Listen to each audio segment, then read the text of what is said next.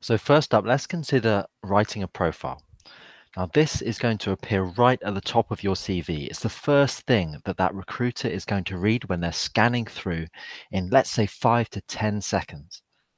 So should you add one? Yes, if and only if you can say something very specific about your experience, your knowledge, and where you're going in your career. So we want to be very clear about what that is. And we could also think about adding it if we don't have a cover letter. Now, if you're changing career, it can also help you explain that.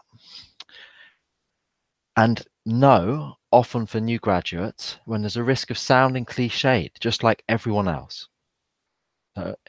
We want to stick to the knowledge and experience and stay away from very general statements like what you can read on skills, for example. So don't write a profile like this. And you can see in that first line, proactive, highly motivated. Now, these aren't solid facts and evidence. Compare that to your studies and your experience. They're just opinions.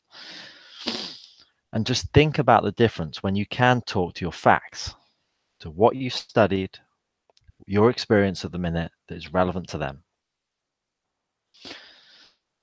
It sounds cliched. Like recruiters hate words like proactive, results-driven, team player.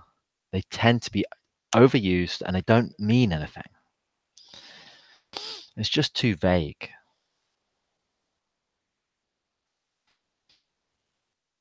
And it's very unusual to use the first person in this context. And the preferred norm is to stick to the third person.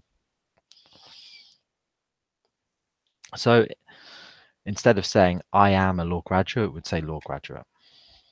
Let's write a profile like this.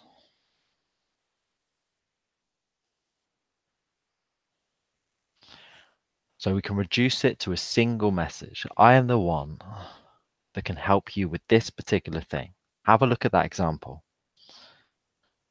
So have a look at the experience that they're putting in, right, relevant for this particular job. Then they're explaining their studies and why that is important and what their focus is.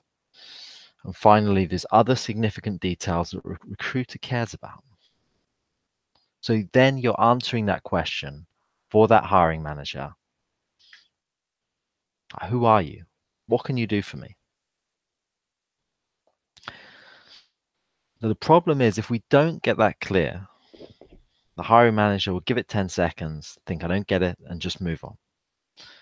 So don't leave it up to them. Be clear.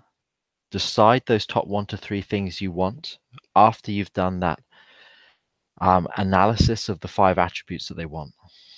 They think like a film trailer. Just focus on the highlights, not the whole story.